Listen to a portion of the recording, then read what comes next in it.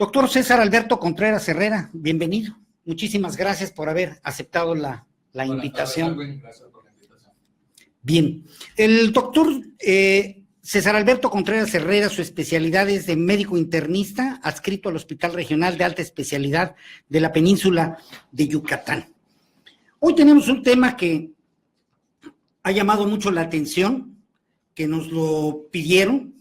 Estamos respondiendo a ello, lo teníamos programado, somos honestos, lo teníamos programado, pero además nos llegó la solicitud sobre qué es la cirrosis. Y esa es nuestra primera pregunta, doctor. Bueno, Erwin, nuevamente gracias por la invitación. Cirrosis hepática podemos decir que es la etapa final de una enfermedad hepática crónica, ¿ok? La cirrosis hepática tiene cambios estructurales en el hígado, son cambios estructurales en el hígado y posteriormente cambios en la función del hígado. Dentro de los cambios estructurales de ese hígado, nosotros tratamos de identificar la lesión principal, que es fibrosis de hígado. Y también podemos ver lesiones que conocemos como lesiones micronodulares o macronodulares.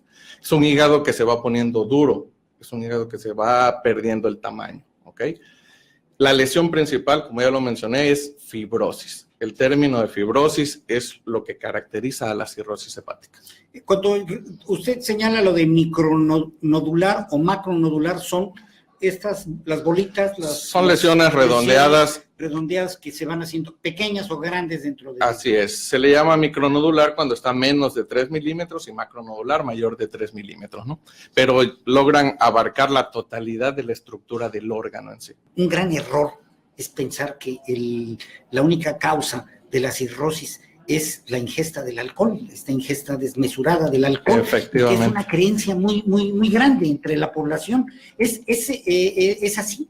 Efectivamente, aunque el consumo de alcohol es uno de los factores etiológicos más importantes para padecer la cirrosis, hay otras etiologías, otras causas que nos pueden llegar a condicionar esta fibrosis en el hígado, ¿no? El alcohol juega un papel muy importante, incluso las estadísticas mencionan que es de las mayores causas o el factor etiológico predominante de una cirrosis hepática. Sin embargo, existen otras etiologías como infecciones crónicas por el virus de la hepatitis B, virus de la hepatitis C, una condición que se llama esteatohepatitis no alcohólica, que son trastornos del metabolismo, diabéticos, hipertensos, dislipidémicos, pacientes con obesidad, que pueden llegar a presentar cirrosis hepática, ¿no? Hemocromatosis, que es acúmulo de hierro, exceso de hierro en el cuerpo, y el órgano hígado es uno de los más afectados, y otras menos comunes, ¿no? Como enfermedades autoinmunes, enfermedad de Wilson, que es exceso de cromo en el cuerpo. Pero dentro de las más citadas y las más comunes que nosotros encontramos en nuestra consulta diaria, pues es el consumo de alcohol, la esteatohepatitis no alcohólica, y las infecciones por virus de hepatitis B o C, ¿no? Son los factores etiológicos más importantes de la cirrosis hepática. Efectivamente, el paciente, cuando se le comenta que tiene el diagnóstico de cirrosis, lo primero que nos comentan es: yo nunca he bebido en mi vida, ¿no? Nunca he consumido alcohol. Ese es el primer error, ¿no? La negación a su diagnóstico por no tener el factor de riesgo del alcohol, pero sí tiene sobrepeso, sí es diabético, sí es hipertenso, lleva una vida sedentaria, mala alimentación, que son factores etiológicos importantes, ¿no? Para el desarrollo de la enfermedad. A ver, aquí creo que vale la pena poner mucha atención porque, bueno, en nuestra región, en nuestro país en general, pero en nuestra región, el consumo de las bebidas alcohólicas no es menor, no es pequeño, por un lado. Así es. Y por el otro lado, los problemas de obesidad y de sobrepeso tampoco son menores. Así Eso es. lo sabemos. Un punto, más con la gastronomía tan maravillosa y deliciosa que tenemos. Efectivamente. Un punto en contra aquí en la población de Yucatán es que el consumo de la cerveza no lo consideran un consumo de alcohol. De hecho, en nuestra historia clínica, al momento de preguntar consumo de bebidas alcohólicas, refieren no. Y al hacer un interrogatorio dirigido sobre el consumo de cerveza, comentan cerveza sí consumo, pero no consumo alcohol. ¿Okay? Entonces es un error gravísimo en eso, ¿no? Estar consumiendo cerveza tomando en cuenta como que no tuviera gramos de alcohol, ¿no? Entonces sí es un un estado en el que el diagnóstico de cirrosis hepática lo vemos en más de un 60% del paciente hospitalizado, ¿no? Aunque según por estadística no somos de los principales estados, ¿no? El centro de la República, DF, Querétaro, Morelos, son los estados más comúnmente identificados como que presentan el mayor número de incidencias del padecimiento. Cuando hablamos de estos problemas de sobrepeso, problemas de diabetes y de problemas asociados, el hígado graso, lo que se ha llamado, primero le preguntaríamos, doctor, que nos pudiera definir, porque también es una creencia, no se sabe muy bien, digo, quienes no somos médicos, ¿qué es el hígado graso? ¿Cómo se forma? ¿Por qué? Así es, el hígado graso no es más que el acúmulo de triglicéridos en el órgano, en el hígado, ¿ok? El hecho de estar esos tejidos grasos, esas grasas, triglicéridos acumulados en el hígado, empiezan a condicionar ciertos cambios en la estructura del hígado. Es cuando ya lo conocemos como una esteatohepatitis no alcohólica. ¿Qué quiere decir? ¿Es lo que refería usted al principio? Así es. Una cosa es tener hígado graso, que es los triglicéridos acumulados en el hígado. Y otra es que esos triglicéridos acumulados en el hígado ya empiezan a condicionar cambios en la estructura del hígado, ¿no? ¿A qué cambios me refiero? Empiezan a producir necrosis, empiezan a morir las células hepáticas. Empieza a producirse fibrosis, que es esa consistencia dura que tiene en el hígado, ¿no? Esos cambios son trastornos en el metabolismo que tenemos en el cuerpo. No metabolizamos las grasas, solo las estamos acumulando. Así como se acumula en la pared abdominal, en las piernas, en la cara, también se acumula en cada uno de los órganos y el hígado no es la excepción, ¿no? Puede llegar entonces el hígado graso, que no es otra cosa más que esta acumulación de grasa dentro del hígado por la obesidad, por el consumo desmedido de alimentos grasosos, ¿puede llegar entonces a provocar cirrosis? Efectivamente, el hígado graso, si no se atiende, puede llegar a producir fibrosis en el hígado, que es la cirrosis hepática. Así es. Los factores que hemos visto, ya los mencioné, obesidad, diabetes, dislipidemia, son los principales desencadenantes de esta esteatosis hepática. Ah, qué fuerte está eso, sobre todo porque es una gran cantidad de personas en nuestro país, en nuestra región, que pues padecen en algún grado o padecemos en algún grado problema de obesidad o de sobrepeso. Claro. Y esto va asociado, puede ir o va asociado con el hígado graso. Puede ir asociado al hígado graso. No es una condición en el 100% de los pacientes, ¿no? Con algún trastorno metabólico. Pero sí es importante entonces diagnosticarlo, saber si está asociado o no. Es importante diagnosticarlo y tomar en cuenta los estudios diagnósticos de los cuales podemos echar mano, porque la esteatosis hepática es una condición que puede ser reversible. ¿Okay? Es una condición que si controlamos bien nuestra diabetes, nuestra hipertensión, la dislipidemia, bajamos de peso, evitamos el sedentarismo, tenemos una rutina de ejercicio, mejoramos nuestra forma de alimentación, podemos revertir nosotros la esteatosis hepática. Eso sí es una buena noticia. A diferencia de la evolución hacia una esteatohepatitis no alcohólica, ¿no? Que en ese momento ya se involucra daño a la célula, daño al hepatocito, presencia de fibrosis en ese hígado, ¿no? Y ahí sí va evolucionando la enfermedad o va progresando la... Sigue la evolución natural de la enfermedad, primero cambios estructurales y posteriormente ya cambios en la función del hígado, trastornos en la función del hígado, que es lo que conocemos como descompensación de una enfermedad hepática, ¿no? Ahora, ¿qué nos puede hacer sospechar que tenemos un problema de cirrosis o que somos candidatos a una situación, un cuadro de cirrosis? ¿Hay indicadores que nos pueden... Sí, existen signos, síntomas importantes de la enfermedad, pero va a depender mucho de la etapa en la que se encuentre, de la evolución que ha tenido la enfermedad en nuestro cuerpo, ¿no? Los síntomas pueden ser tan inespecíficos como perder peso, cansancio, mucho sueño, y encontramos signos nosotros a la exploración.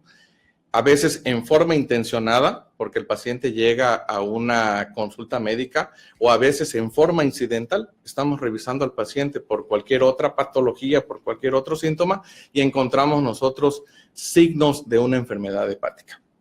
Los principales, ¿cuáles serían? Encontramos el color amarillo, que se conoce como ictericia, en la conjuntiva de los ojos, en la piel, en las mucosas. Encontramos crecimiento de las glándulas parótidas, crecimiento de las glándulas mamarias, se llama ginecomastia. En sí no es que la glándula mamaria crezca, sino que aumenta el acúmulo de grasa en las mamas.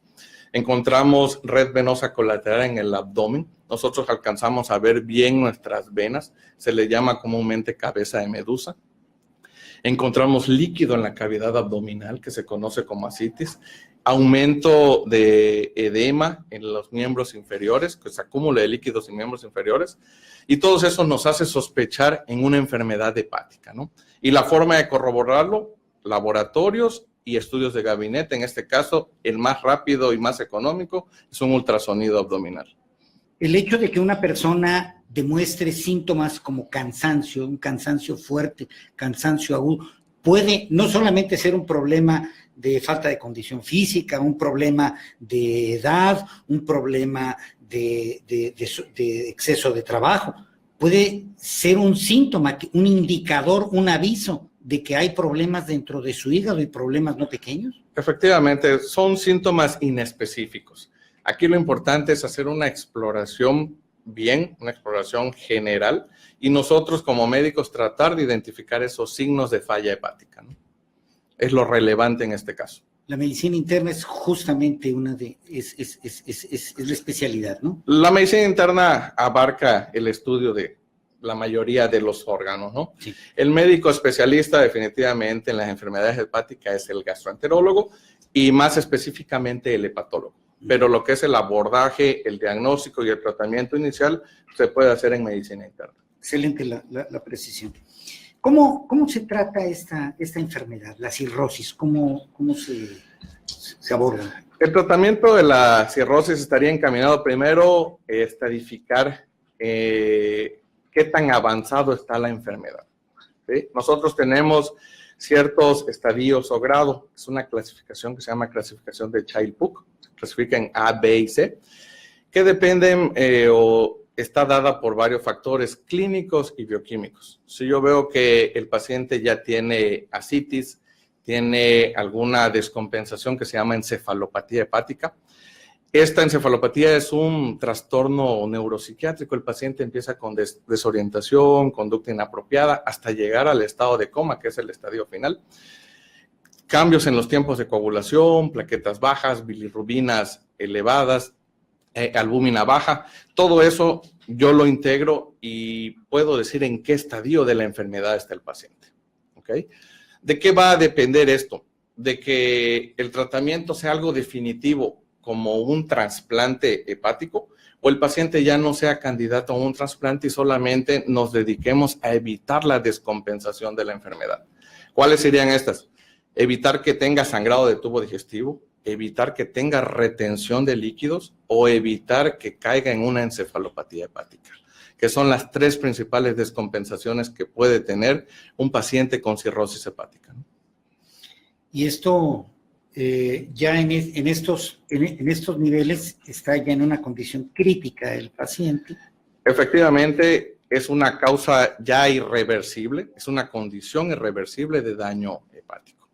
Tenemos un apoyo diagnóstico muy importante, que es la elastografía o FibroScan, que es un método no invasivo en el cual podemos ver qué grado de fibrosis tiene el paciente. Y de acuerdo en el hígado.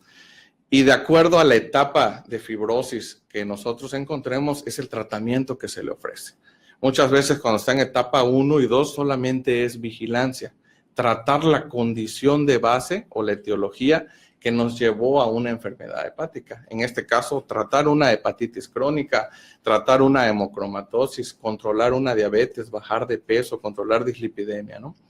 Y la etapa más avanzada, un estadio 4, en la que solamente trataríamos de evitar descompensaciones de la cirrosis hepática, ¿no? Lamentablemente aquí en nuestro país, pues la opción de trasplante hepático, pues es de las últimas opciones que tenemos por la carencia del órgano. No hay todavía una cultura que permita. Pues la cultura ya existe, muchas veces es la falta del órgano en sí, ¿no? Porque la mayoría de las instituciones médicas pues ya tienen un programa establecido de trasplante, ¿no?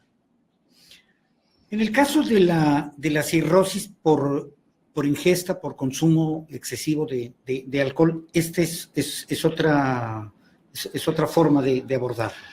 Exactamente es lo mismo, lo único que cambia es la etiología. La evolución de la cirrosis es exactamente la misma y el final es una fibrosis hepática. Al final es lo mismo. Así es. ¿Cómo podemos hacer? Bueno, es una forma más fácil de tratar. ¿Por qué? Porque es suspender el consumo de alcohol, ¿no? Y con eso, pues, evitar una progresión más rápida de esa fibrosis hepática.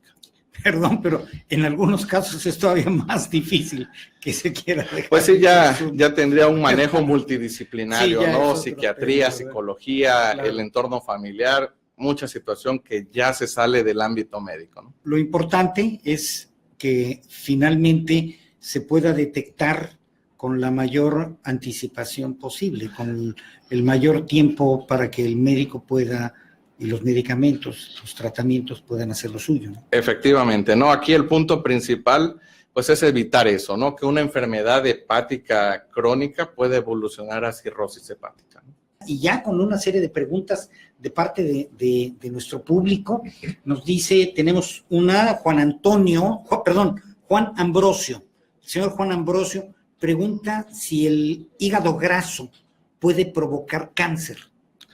Bueno, lo que puede llegar a provocar cáncer es la presencia ya de cirrosis hepática, sobre todo el factor etiológico cuando es una enfermedad infecciosa viral como es la hepatitis B o hepatitis C. El hígado graso en sí es una condición que puede ser reversible, pero como todo, si se deja evolucionar hacia cirrosis puede provocar un hepatocarcinoma. Y esto sobre todo se deja evolucionar porque cuando no se sabe que se tiene, cuando no se sabe que se puede hacer algo. Efectivamente, cuando la enfermedad cursa asintomática y nosotros no le damos prioridad a los factores desencadenantes, ¿no? Los ya mencionados, sobrepeso, diabetes, etcétera, ¿no? Si en casos de la cirrosis existe como una solución el trasplante de hígado. Cuando empiezan los datos de descompensación de la enfermedad hepática por cirrosis, una de los tratamientos es el trasplante hepático. Con todas las implicaciones y complicaciones que tiene, ¿verdad? Porque pues las implicaciones ya dependería del programa de trasplante que tenga cada unidad hospitalaria, ¿no?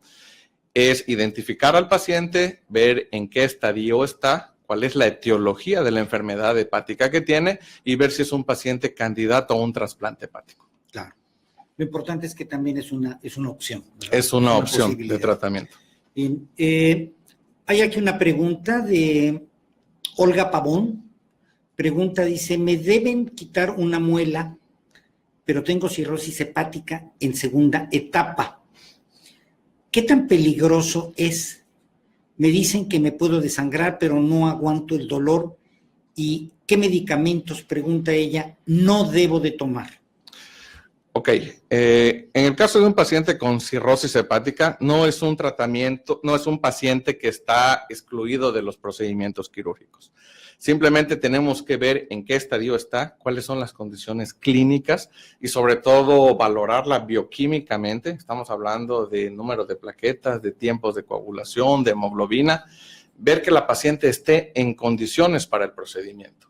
De hecho, a nosotros nos llegan pacientes para valoraciones prequirúrgicas. En este caso, pues es un procedimiento sencillo, que es extracción de una muela. Necesitamos ver el número de plaquetas que tiene, sus tiempos de coagulación, en qué condiciones están, para ver si es candidata a transfusión de plasma fresco congelado, transfusión de plaquetas antes del procedimiento. Pero definitivamente se puede realizar cualquier procedimiento en un paciente con cirrosis hepática. Lo relevante acá sería entrar al procedimiento compensado de la enfermedad. ¿Ok? Y de los medicamentos que comúnmente van a utilizar para este procedimiento, tenemos que evitar el grupo de medicamentos conocidos como antiinflamatorios no esteroideos. Estamos hablando de ketorolaco, diclofenaco, sulindaco, nimesulide, que son medicamentos que generalmente le van a dar para controlar el dolor, ¿no? Y otra gama de medicamentos para diferentes usos, antibióticos, etcétera, que lo que se recomienda es la no automedicación. Pero a grosso modo, para el procedimiento que le van a realizar, este tipo de antiinflamatorios no esteroideos que ya mencioné son los que tiene que evitar su médico. Existen otras opciones como el paracetamol, el tramadol, que son buenas opciones como analgésico, ¿no? Usted comentaba en algún momento de la entrevista que quien ha padecido hepatitis C podría en un momento dado desencadenar o podría en un momento dado tener o presentar un problema de cirrosis, alguna complicación. Sí, efectivamente, el paciente que es portador de la infección del virus de hepatitis C puede evolucionar a una cirrosis hepática y también puede evolucionar a un hepatocarcinoma, a un cáncer de hígado. No es irremediable, ¿verdad? El que quien la haya tenido tenga que cursar esto. Todo depende del tiempo en el que se diagnosticó la infección por el virus de hepatitis C, el grado de fibrosis que presenta al momento del diagnóstico, ¿no? De esto va a depender mucho si el paciente es o no es candidato a tratamiento. Bueno, por todo lo que nos está diciendo, la condición del diagnóstico es fundamental. Es decir, el hecho de ir y consultar al médico si se tiene alguno de los problemas que se han mencionado aquí de sobrepeso, de diabetes, o en fin, y bueno, ir y consultar al médico y hacer los estudios para tener la información. Efectivamente, es importante identificar el grado de fibrosis, el grado de insuficiencia hepática, pero es primordial identificar cuál fue el factor etiológico que nos llevó a esa cirrosis hepática, ¿no? Nos pregunta ¿es la misma persona? Sí, se volvió a comunicar y nos dice, ¿qué es el plasma fresco congelado? Plasma fresco es un derivado de la sangre, es un derivado de la sangre total en la que van proteínas, van factores de coagulación y es lo que nosotros necesitamos transfundir para mejorar sus tiempos de coagulación. Para la extracción. Así es, para que pueda coagular en el momento que están haciendo el procedimiento quirúrgico. Qué importante justamente tener toda esta información, no es nada más sacarse una muela, ¿verdad? Definitivamente, tiene que entrar en las mejores condiciones, ¿no? Nosotros le vamos a dar lo que su hígado ya no está sintetizando, lo que su hígado ya no está produciendo. En este caso, pues son los factores de la coagulación. Muy bien, doctor. Muchas gracias. La señora Guadalupe Lorca nos dice, ¿cómo se diagnostica el hígado graso? El método diagnóstico no invasivo y efectivo, pues es un ultrasonido hepático. Es la forma de diagnosticar el hígado graso. Un ultrasonido hepático. Exacto. Y con esto. Un estudio tan sencillo, no invasivo, de bajo costo y que nos puede dar los indicios de un hígado graso. Pregunta la señora Guadalupe Lorca también, nos dice si se puede llegar por cirrosis a tener hemorragias internas. Sí, una de las descompensaciones de la enfermedad hepática, ya con fibrosis, que es la cirrosis hepática, presenta como descompensación el sangrado de tubo digestivo. Es el más común. Sangrado de tubo digestivo alto, sangrado de tubo digestivo bajo. Presencia, vómito de sangre, ¿no? Lo que nosotros conocemos como hematoquesia, el vomitar sangre. ¿Okay? Entonces, es una descompensación de la enfermedad, de las tres comunes. El sangrado de tubo digestivo alto, la retención de líquidos o la encefalopatía hepática, ¿no? Entonces, lo que provoca en sí sangrado es ya una enfermedad avanzada, una cirrosis hepática. Pregunta la maestra María Magdalena, ¿se puede presentar cirrosis por herencia o nacer con ese problema? ¿Un bebé podría nacer con la cirrosis en sí por herencia no. Lo que es hereditario es el factor etiológico. Enfermedades como las que ya mencionamos, hemocromatosis, enfermedad de Wilson, enfermedades autoinmunes, deficiencia de una enzima que es alfa-1 antitripsina, que son factores hereditarios. Esto sí nos puede llegar a condicionar una enfermedad hepática y evolución a cirrosis hepática. ¿Una predisposición? Así es. Lo que nosotros heredamos es la etiología, la enfermedad que nos va a llevar a una cirrosis hepática. No nacen con una fibrosis en el hígado. ¿Okay? En el caso del embarazo, una mujer está embarazada con cirrosis.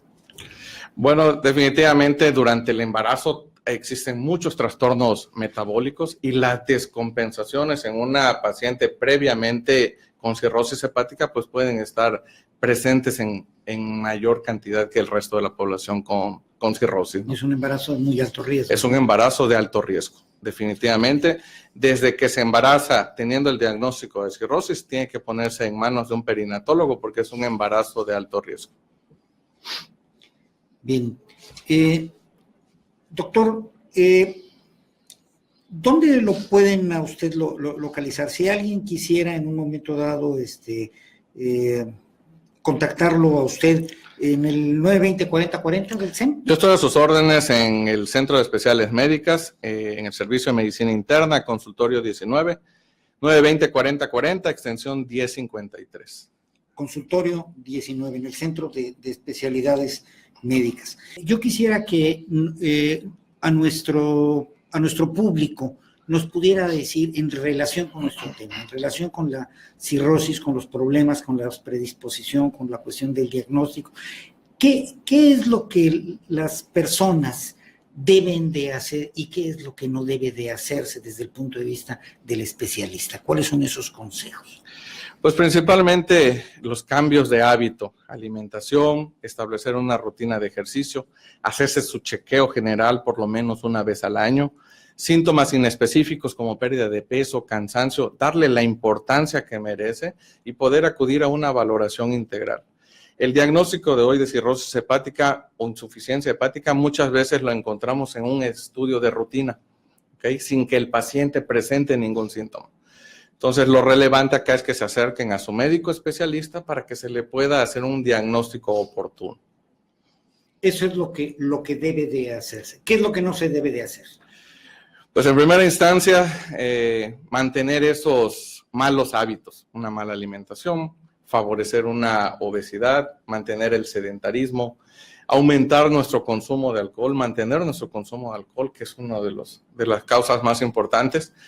Y pues sobre todo eso para disminuir los riesgos, ¿no?, de evolución a una enfermedad hepática. ¿Cuál sería, doctor, el caso de un bebedor social o de un bebedor moderado?